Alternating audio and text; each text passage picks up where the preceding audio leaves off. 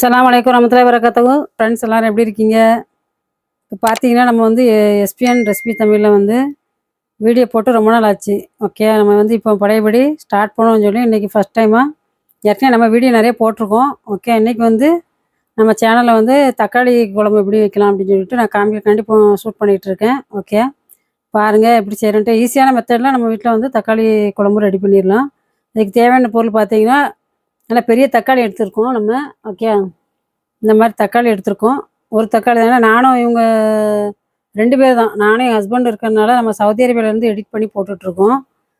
Okay, அதனால் இங்கே 2 பேருக்கு மட்டும்தான் நம்ம ரெடி பண்ணுறோம். அதனால் உங்களுக்கு இப்போ 4 பேருக்கு வேணுன்னா இதே மாதிரி இன்னொரு மடங்கு எடுத்து நீங்கள் கட் பண்ணிக்கோங்க. ஓகே, நம்ம ஒரு தக்காளி 2 வெங்காயம் எடுத்து வச்சுருக்கோம், 2 பச்சை மிளகா.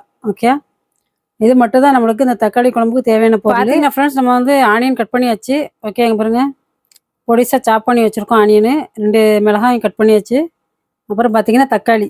ஓகே, தக்காளியும் கொட்டியாக கட் பண்ணிட்டோம். அதுக்கப்புறம் கொஞ்சம் புளி வச்சா போதும், ரொம்ப வைக்கக்கூடாது. ஏன்னா தக்காளிலையும் புளிப்பு இருக்குமா, அதனால் லைட்டாக இந்த மாதிரி ஒரு சின்ன பீஸ் தான் போட்டிருக்கோம். சரியா, இது எவ்வளோத்தையும் போட்டுற வேண்டியதை நம்ம போட்டு லைட்டாக உப்பு போட்டு, ஸ்பைசி வேணும்னு நினைக்கிறவங்க வந்து கொஞ்சம் சில்லி போட்டுக்கலாம். ஸ்பைசி வேண்டாம், இந்த உரப்பி போதுன்னா வேண்டாம். ஓகே, நம்ம ஸ்பைசி நிறைய சாப்பிட்றதுனால நம்ம கொஞ்சம் சில்லி போட்டு ஆட் பண்ணிக்கிறேன். ஓகே, நம்ம இது எல்லாத்தையும் போட்டு குக்கரில் வச்சிடணும். குக்கரில்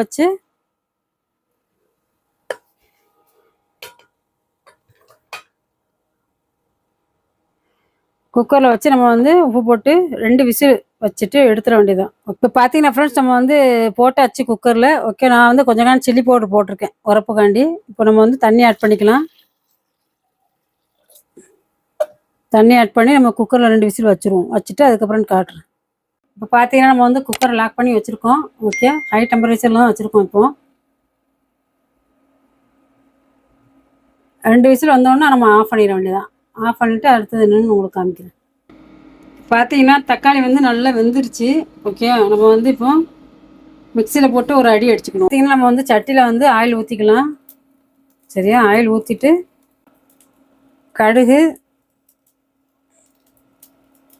வெங்காயம், கொஞ்சம் கருவேப்பிலை. ஆயில் நல்லா சூடாயிருச்சு. இப்போ நம்ம கடுகு போட்டுக்கலாம். கடுகு நல்லா பொரிஞ்சு வரட்டும்.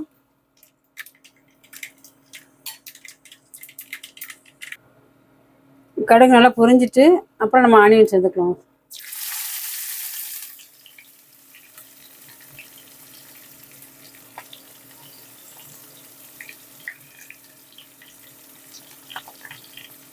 ஆனியன் போட்டு கொஞ்சம் கருவேப்பிலையும் போட்டுக்கலாம். நல்லா டேஸ்ட்டாக இருக்கும் ஃப்ரெண்ட். நீங்கள் ஒரு வாட்டி ட்ரை பண்ணி பாருங்கள் இதை, தக்காளி குழம்பு. ஓகே, இந்த மாதிரி இந்த தக்காளி, வெங்காயம், மிளகாய் இதை வச்சே ஒரு குழம்பு வச்சிடலாம். ஒரு கூட்டு வச்சோம்னா நல்லா டேஸ்ட்டாக இருக்கும் தொட்டு சாப்பிட்றதுக்கு. அல்லது கடலை துவையல் அரைக்கலாம், நல்லாயிருக்கும். இது பொரிஞ்ச பிறகு நம்ம என்ன செய்யணும், இந்த இதில் வந்து மிக்ஸ் பண்ணிட வேண்டியதான். ஓகே, இது பாருங்கள், நம்ம இந்த மாதிரி அரைச்சி வச்சுக்கணும்.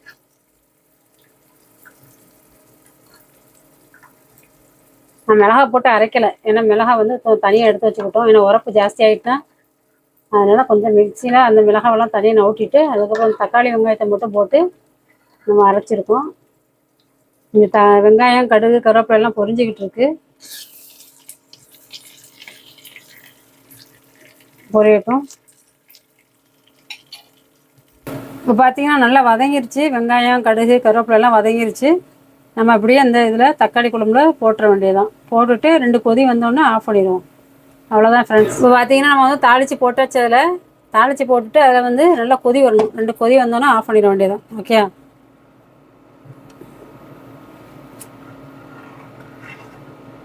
வீடு பார்த்தீங்களா,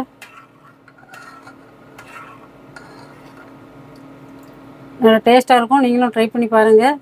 ட்ரை பண்ணி பார்த்துட்டு செஞ்சுட்டு எனக்கு கமெண்ட் பாக்ஸில் தெரியப்படுத்துங்க. ஓகே ஃப்ரெண்ட்ஸ், இந்த சேனலை சப்போர்ட் பண்ணுங்கள், சப்ஸ்கிரைப் பண்ணுங்கள், கமெண்ட் பண்ணுங்கள். மீண்டும் அடுத்த வீடியோவில் சந்திப்போம். அஸ்ஸலாமு அலைக்கும் வரஹ்மத்துல்லாஹி வபரகாத்துஹு.